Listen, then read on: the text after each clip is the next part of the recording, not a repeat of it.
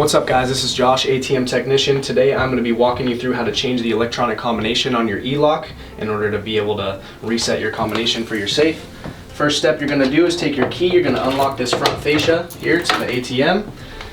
You're going to enter the combo that you chose. Any standard combination for our ATMs is going to be star 1 2 3 4 5 6 and pound.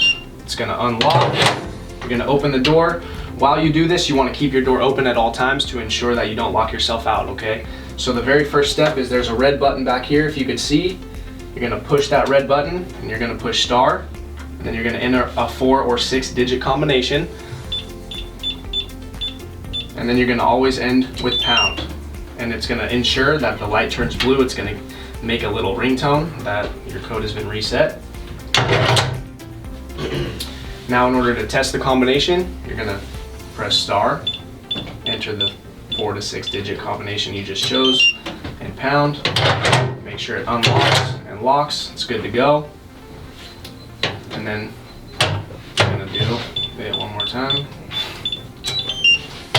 Unlock this, lock it, and how you always lock it is you just press star, and it stays locked, and you're good to go.